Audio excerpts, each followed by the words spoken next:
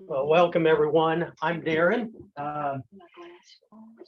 Today we're going to talk about advanced power of attorneys, or from this point on, I'm going to refer to it as POA, or power of attorney, not to be confused with financial power of attorney. This is not that at all. A little bit of background on why I would be talking about something like this is, so I've been a hospital chaplain for 10 years. I've been intimately involved in healthcare power of attorneys, getting the documents filled out with patients, and I see horror stories with patients that do not have something like this, and I might be able to share some of those with you. But there are other documents in this umbrella term of advanced directives. I'm only going to talk about this one. There are three. Probably the most popular is the power of attorney for healthcare, which is this document that we're going to talk about. And then there's the DNR order. It's not to be confused with Department of Natural Resources, but rather do not resuscitate. And then there is what's called, and maybe some of you might have this, called a living will. Anybody ever heard of a living will? Living will is a little bit different. We're going to talk, once we get into the mechanics of this, we're going to talk about the differences of a living will. Now, this is an advanced directive, or a POA. It's sort of the long form. There is a short form provided by the state of Wisconsin. Wisconsin's got quite the, definitely got a lot of laws concerning this document. But it is a document that you fill out when you are of sound mind and relatively healthy, or maybe you can make your own healthcare decisions. Everybody can fill one of these out. If you are 18 and older, you don't have to be sick. You don't have to have any health condition. This document will sit dormant until there is a time when you are unable to make your hospital. If you ever get intubated, have a heart attack, heart stops, you got to be in ICU, and you are maybe in a medically induced coma. You're unable to make your own healthcare decisions. That's when this document will actually become effective. You have to have two physicians stating that you are unable to make complex medical decisions, and the two physicians will sign off and consequently activate the power of attorney for healthcare. Once it lays dormant in your medical record until there is a time where you may need. You would take one, and you may give it back to me, however you would like. We're going to kind of go through the mechanics of this, because I think this is a gift to your family decisions, if there is ever a time where you cannot control your healthcare decisions. In the hospital in Wisconsin, this document requires you to sign it in front of two witnesses. There are witnesses that, first of all, that are not part of your family or not part of your healthcare team. Okay, so if you were in the hospital and you filled one of these out, like before a surgery, the nurse or the doctor or the technician cannot witness it. Only social workers and chaplains are the only ones that can witness it. If you were to have this document and you filled it out and you wanted somebody to witness your signature, as long as they are not your family, make sure they have a different last name and they can witness it, you can sign it, and then you would take this to your provider and have him or her put it in your electronic medical record. Okay, so we can, if you were to fill this out today, sign it, you get a couple of people to witness it, you can actually take it to your healthcare provider and have them put it in your medical record. Okay, we don't need a lawyer, don't need a notary, nothing like that. Okay, questions or comments? so far. If we already have one in our medical record and we decide we want to make changes. Yes. Okay, a couple different ways you can do that. You essentially you would fill out another one, and the one with the latest date on it is the one that becomes effective. So if you were to fill one out today, it went out 10 years ago, and this gets scanned into your medical record, this one becomes, the newest one becomes the most effective. And any changes, they'll just go by what's listed in this document. They won't look at your old one. Okay. What else can I tell you about? Yes. So if you have it on, registered with SSM, what if you're out of state or up there? Depends on the electronic medical record, whether, let's say you were to have your advanced directive at St. Agnes or SSM, I guess it's called.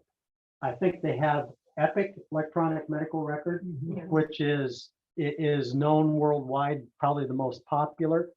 But if you were to go to Florida, for example, and you need an advanced directive, what a good idea would do is have a copy of this, take with you.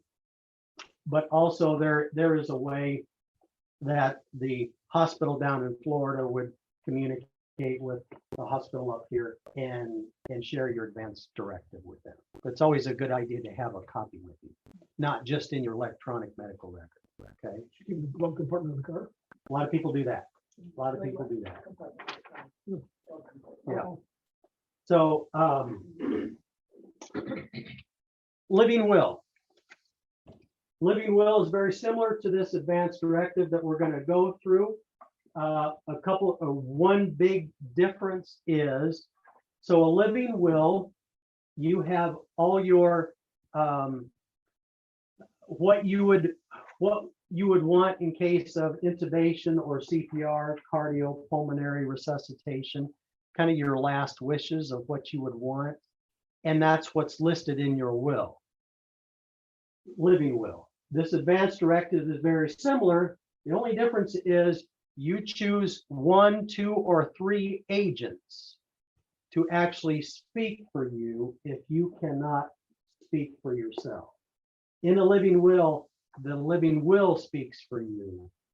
In advanced directive, you choose agents, 1, 2, or 3 agents, to speak for you if you cannot speak for yourself when it comes to medical decision. So that's, I think that's what is a big difference about the living will. You, in advanced directive or a POA and a living will, you get to choose, but if you'd want CPR or intubation, those final wishes, those wishes like that, not necessarily final, but you also choose agents, 1, 2, or 3 agents. Oftentimes when it comes to like CPR or intubation, things like that, sometimes it's not black and white. It depends on your condition. And if you have an agent that speaks for you, that knows your wishes, that way the medical team can speak with it, which sometimes is not very direct or yeah, it does. Sometimes your patient is a little bit different. So all they have to do is all the medical team has is this document and what's written down. It can be more helpful if you have an agent that maybe explains a little bit, that knows you, that says, no, you probably wouldn't want this. Look at, before we begin, let's figure out who we might want as an agent. There's some horror stories. We seem to get a lot of this. Is people that have advanced directives written down in their medical record with their agents, but their agents are unavailable. Everybody tries to call and they leave voicemails and they're just not returning their calls. So who do you choose as an agent? If you have kids, you don't necessarily choose whom you love the most. If you have a spouse, you don't necessarily have to choose your spouse. I know a lot of patients that don't want to put that burden on their spouse, or they think that their spouse is going to do what he or she feels like doing and not what your wishes are.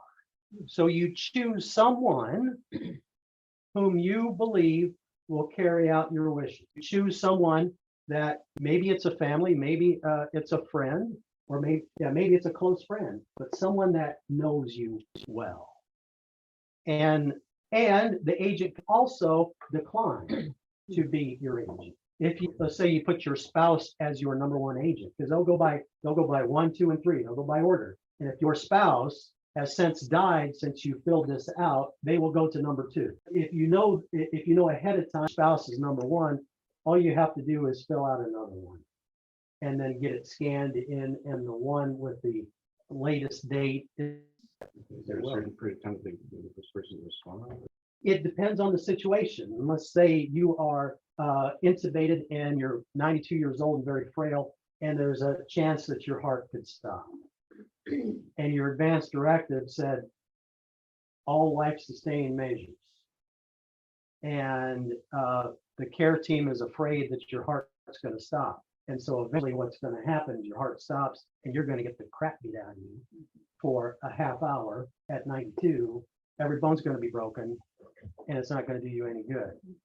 Yes, there is going to be a time limit. How much time? We don't know at all until they get somebody. They'll have to go through the list. Somebody had it.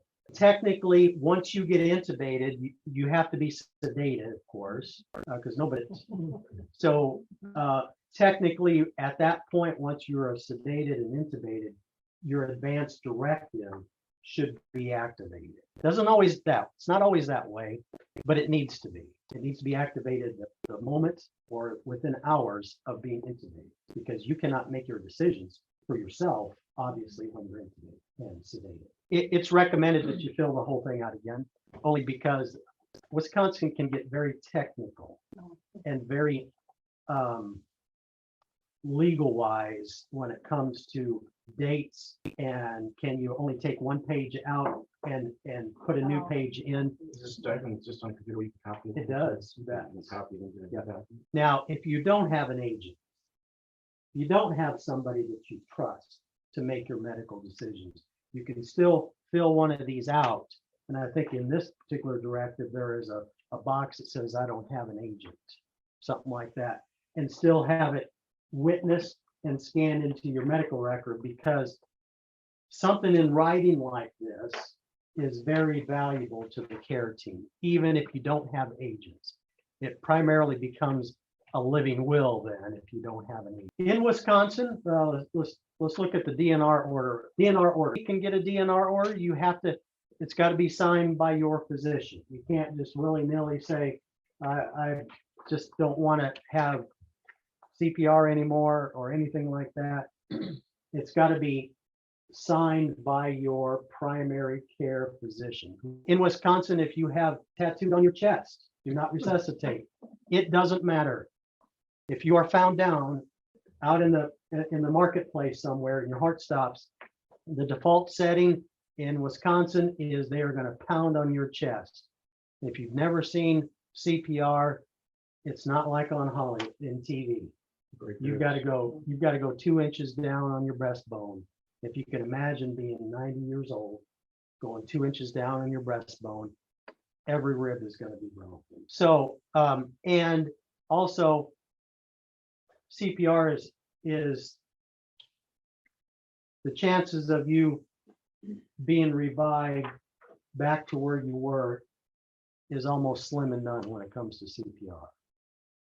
Unless you're a 20-year-old. Wisconsin is very, very particular on the DNR. You get it signed by your doctor, and then you wear a bracelet.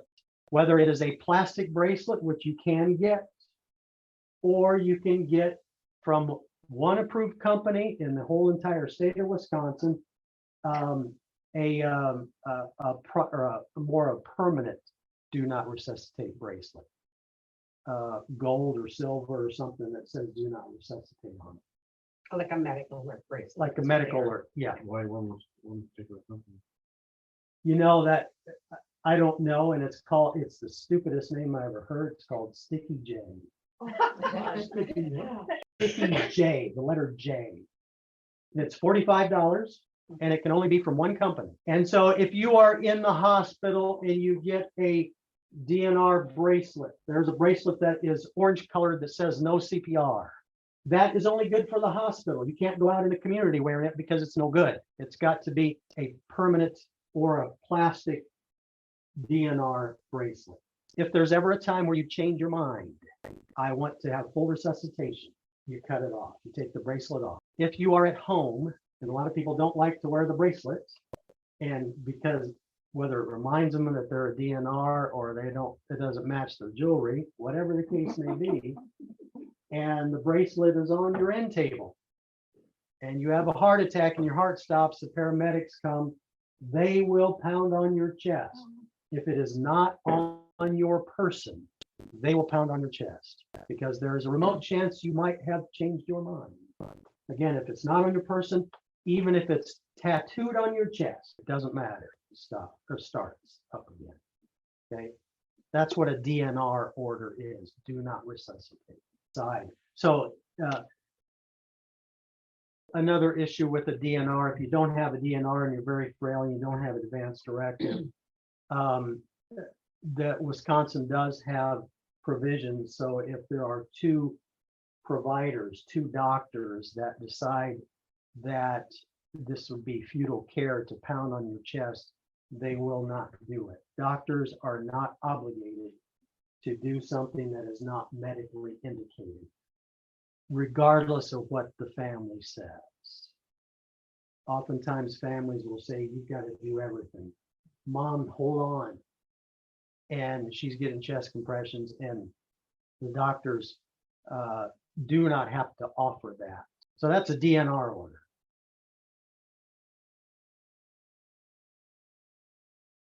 We're not going to go through everything, but there's going to be some critical things here that we need to stop and look at. So the first couple of pages, some instructions. I'm on page, actually it says page 1 of 10, copies. If you have choose an agent, please give them a copy and keep a copy for yourself. When I make copies, if I'm helping someone in the hospital fill this out, I will always give them the original copy, and I'll ask, how many copies would you like? If you have 3 agents, make 3 copies and give it to them so they know. Okay, that's of 10. This is my healthcare agent. So this is important to know. Obviously, now they're going to go, the care team, the doctor in the hospital, if they decide that you are not your own decision, you're not decisional, they will look at the number 1 agent, the first one on the list, go to number 2 and number 3. Notice at the very bottom, it's got this blank, I do not have the guy in my healthcare. If you don't have an agent, that's okay. Still, it's important to fill one of these out. It's important to get it in writing, okay? So again, who you choose as an agent, it's not the person you love the most, it's the person whom you trust to make decisions for you if you cannot. We'll talk about what it's like for families when there's ambiguity or dissension, if you will, and that happens a lot. So please choose wisely who you would want as your agent. You can still be a full code and go into hospice, but they would, the care team will not do CPR on you if your heart stops. You would think it is automatic that you would be a do not resuscitate if you were going to hospice care, but it's not. You can still go on hospice care and be a full code. They won't, I know the care team will not pound your chest if your heart stops, because hospice care, what that is if the doctors determine, depending on your disease trajectory, if you have 6 months or less to live, that's when you qualify for hospice care. Now that doesn't mean at the end of 6 months you die. When I worked with hospice, we had people on hospice service for 3 years. After the first 6 months, you get recertified, and then after 3 months thereafter, you get recertified to see if you are still in that condition. Some people, when they stop taking their medication, stop getting chemotherapy, they actually thrive and discharge off hospice. A live discharge. They don't qualify for hospice anymore, so they are discharged. So generally, they won't do CPR. They won't intubate someone that is on hospice. Okay, good question. All right, so choose wisely is all I'm saying about who your agent is. This should be something that you should, maybe you change your mind on certain things, or your agents, or someone dies, one of your agents, update this. Okay, it's not a one and done. General authority of the healthcare agent. Something to keep in mind on this. There's going to be a question about a feeding tube. You may not want a feeding tube. Maybe you'll need a feeding tube, but you may not want a feeding tube. And there's going to be a question about a nursing home. People say, I don't want to go into a nursing home. I'm there with you. I don't either. It's important to know that what you are doing is you are giving your agent the authority to put in a feeding tube or not. Not that your agent is going to do this, but you give your agent the authority. You may or may not want it. If you say you don't want a feeding tube, you still need to give your agent the authority to either do or don't.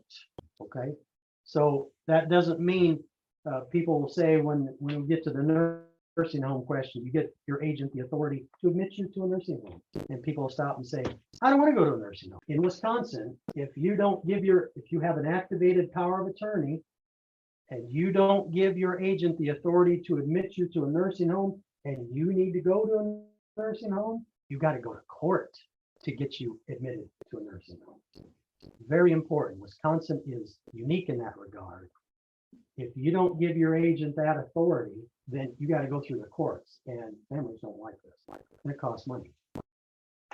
Okay, so it doesn't mean your agent is going to do this, but you give your agent the authority to do these things listed. Okay. All right. I'm using those synonymously. Could be a rehab facility. You may need to go to a rehab facility for 3 months. That would be a nursing home, but it'd be the rehab facility, that place where you may have to live the rest of your days if you don't have anyone to care for you, or they cannot provide the care that you need. Then you go to a nursing home.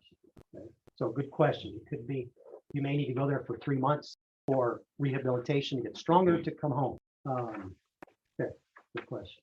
All right. Question number 1, agent has the authority to make the decision to admit me to a nursing home or a CBRF, community-based retirement facility, or residential facility. I recommend, when you're filling this out, to always put down yes, because of that, because of how Wisconsin treats this. If you do not give your agent the authority to admit you to a nursing home, then if you need to go to a nursing home because your agent or your family cannot care for you, then you got to go through the court to get into a facility. I would recommend you always put down yes. In fact, when I go through advanced directives with patients, they have them already filled out. I will look to see if that question is checked or not. And I will oftentimes go back. They don't have to involve the courts. That's better. All you're doing is giving your agent the authority to do this. It doesn't mean your agent is going to do this.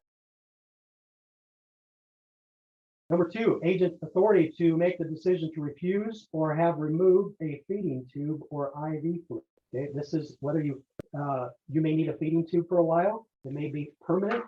It may be temporary. But do you give your agent the authority to have a feeding tube place? I tell you from experiences that feeding tubes and life-sustaining measures, it's a whole lot easier to withhold than to withdraw. So for example, my loved one needs a feeding tube because they stopped eating. Maybe their organs are shutting down. They need a feeding tube to get nutrition. It is easier to not put a feeding tube in for the family than it is to withdraw it, because oftentimes the family will think, oh, then they're going to starve to death. I'm killing my mom. A whole lot easier not to start than it is to withdraw. Yeah, and so if the person's organs are shutting down, they're getting close to the end of their life, they are going to stop eating. And if you feed them, it's almost like you force feed them. You give them IV fluids or food, and their body has shut down and no longer takes fluid or food, they're going to drown because the fluid is going to build up. And food is not going to be digested in their stomach. And it's going to be absolutely horrible. There is a time when our bodies will no longer take nutrition or hydration. And if we force that, it causes a whole lot of unnecessary suffering. And it is absolutely horrible. But oftentimes the families will think, then I'm going to starve my loved one. Their body comes to that point where they can't take that anymore. To give it to them would be suffering.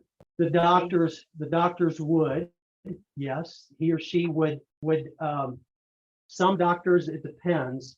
They may think that if it can be done, then it should be done. But as an agent, you need to know that, especially when we get into the demented patients, putting in a feeding tube, there is a good chance that they're going to pull it out, whether it's down your nose or in your stomach. They're going to pull it out. And giving a feeding tube to a demented patient does not do them any good. In fact, it does more harm. Sometimes it is offered. Feeding tubes are offered in that situation. That's where the family needs to make an informed decision, knowing what the risks and benefits are. Number 3, agent has the authority to make healthcare decisions during pregnancy. This is always, these discussions can be very difficult. This is my opportunity to be a little bit more lighthearted. So I'll ask a 9-year-old man, folks, a little bit of laughter. But here again, this is for anyone 18 and older. We don't know how we're going to die. How we die, we are not able to make those, to know exactly how that happens. Again, this is a document that's going to allow you to have more control. So number 1, treatments that may prolong or injured. My doctors believe there is little chance I will recover the ability to know who I am, who my family and friends are, or where I am. This is my choice. Treatments, I want to receive all treatments to keep me alive, unless my doctor determines the treatments would harm me more than help. Oftentimes people will, what's important to patients is that they can interact with their environment. Can I interact with my environment? Can I talk with my loved ones, or can I know that they're around? If I can't, I don't want any of this done. A lot of times people, there are others that will say, I want to do everything. Get it? Everything needs to be done. Everything. And okay, that's what you want. Would you want to be on a ventilator or a trach for the rest of your life?